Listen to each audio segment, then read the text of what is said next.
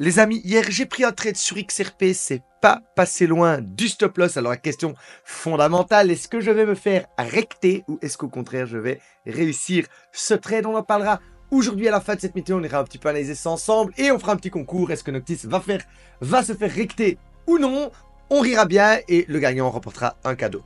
Les gars, sans plus tarder, on démarre la météo. J'ai plein de choses à vous montrer. Donc, comme on l'a vu hier, on est sur des zones vraiment très intéressantes sur les stochastiques, sur les EMA 50. On ira voir ça un peu plus en détail. Les whales sont en train d'acheter. D'ailleurs, j'ai une super histoire à vous raconter. Parce que, si vous le savez, j'ai été mentoré par des whales et ils tradaient sur Bitfinex. J'ai une histoire à vous raconter. J'étais en live chez une whales et j'ai vu des choses se passer en coulisses. Cette petite histoire pourrait bien vous surprendre. On ira voir également où on en est en termes de temporalité dans le marché, dans ce bull run. Donc 3 ans de bull market, on ira voir un petit peu où on en est. On est sur des zones de capitulation, on ira également voir ça plus en détail.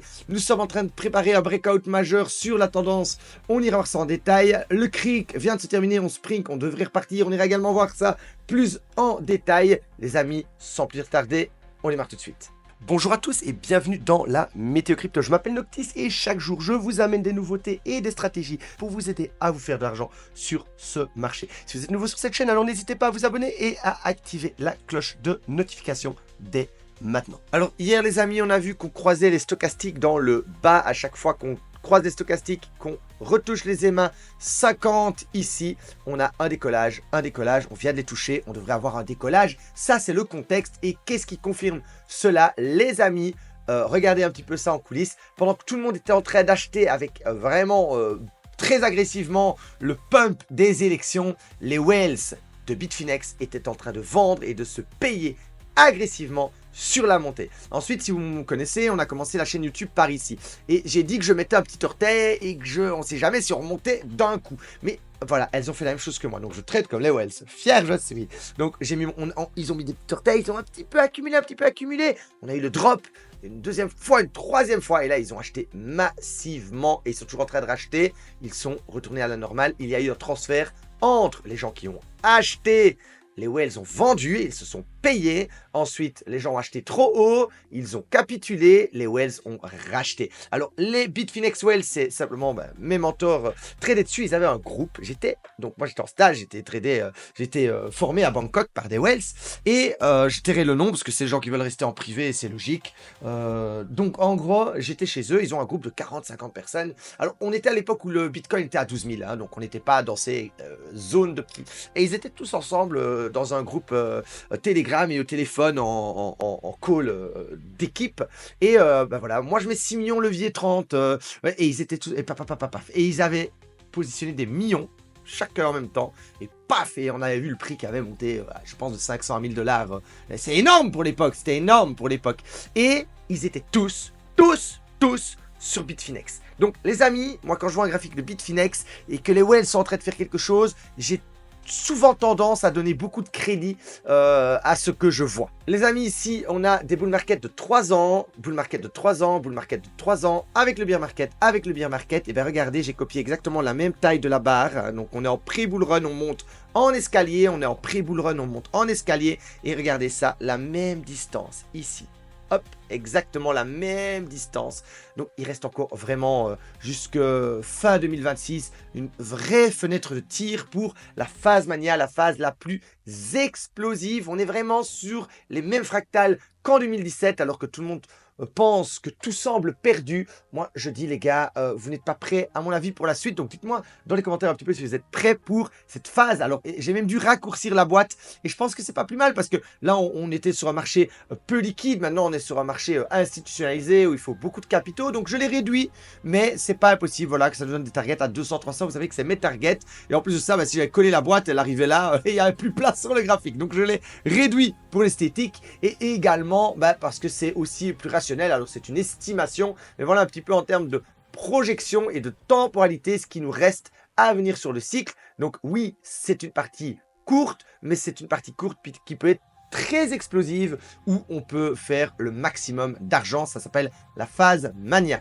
Alors les amis, ici ce sont les adresses qui sont actives contre les adresses qui sont pas active depuis plus de 28 jours. Alors ça veut dire que quand les adresses ne sont pas actives, le marché est en attente, il y a des intérêts et c'est souvent des moments où les gens quittent le marché, ils en ont marre, ils ont acheté ou ils ont vendu, ils ne touchent plus aux cryptos et à un moment le marché s'échappe sans eux, le marché s'échappe sans eux, le marché s'échappe sans eux, on vient de toucher un point d'inactivité sur les wallets. Donc non, ce n'est pas un top, c'est bien un bottom. Et si vous ne me croyez pas, mesdames et messieurs, je sais qu'il y en a qu'un quand j'ai dit mesdames et messieurs, nous avons ce petit graphique qui est une manipulation de Wyckoff où on a le BC. Après ST, on remonte moins haut, ou même ici le ST, on redrop avec l'UT phase B.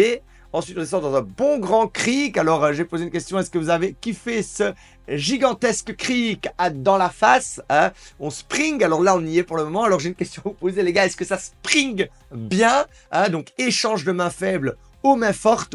On repart et on repart avec... voilà, on pourrait faire le petit test ici. Donc, spring, test. Donc, spring, test et repartir. Donc faites attention, ou alors on est peut-être en train de partir, on fera le test un peu plus haut. Les gars, voilà, restez prudents avec le test, ne serrez pas trop fort vos stop loss. Ensuite, on va avoir le jump across the creek, bam, on va repasser au-dessus de cette ligne médiane, et puis on aura, voilà, cette phase de sauce LPS, je ne sais même pas ce que c'est, je m'en fous, mais voilà, je sais reconnaître un fractal, on est clairement sur ce scénario, c'est évident. Et comme si ce n'était pas assez, donc dans ce spring ici, dans ce petit spring ici, regardez, on a petite montée avec le RSI qui monte. Ensuite, le RSI commence à se calmer, divergence, mais le prix continue à monter. On drop. Ici, pareil, on monte. Le RSI monte avec le petit jump. Et puis hop, là, on continue à monter, mais le RSI descend.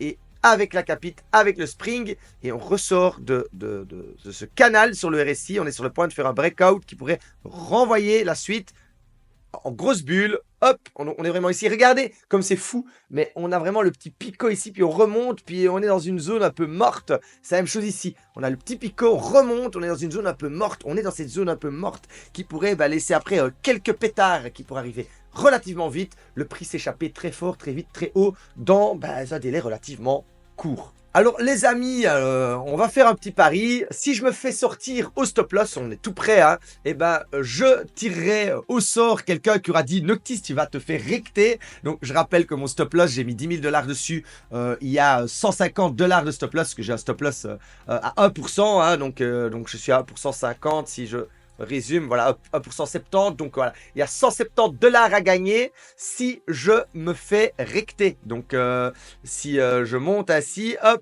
pack, et que je me fais recter, quelqu'un qui va me dire maintenant dans les commentaires, Noctis, tu vas te faire recter, empochera 170, 170 $. Alors en revanche, vous savez que ma target sur XRP c'est un x3 et que j'ai 10 000 $. Et donc s'il va atteindre ma target, écoutez bien, je donnerai 10% de mon TP, donc si je fais 20 000 ou 30 000, je donnerai 2 000 ou 3 000 $. Qui fait sa personne sur YouTube?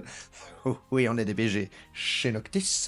Je donnerai 10% de mon TP à celui qui aura dit dans les commentaires « Tu vas réussir ton trade, Noctis ». Ouh là là, alors je pense qu'il y a plein de gens qui vont dire « Bon, je m'en fous de 170, je veux gagner ». Et bien c'est là que vous comprenez le risque-récompense. Ah, ça va vous coûter plus cher de risquer de dire il va perdre pour gagner 170 et ça, il y a quand même beaucoup plus d'intérêt à dire il va gagner. Et ben c'est comme ça qu'on trade, les gars. On va chercher l'intérêt, on va chercher le potentiel. Donc quitte à se faire recter, et ben c'est pas grave en fait. Donc j'essaie un petit peu de vous éduquer aussi à travers ce concours, parce que voilà, c'est quand même intéressant de comprendre. Alors les amis, ici, on avait les baguettes chinoises, on relie là, on a une C-Fork, on vient pile pullback dessus.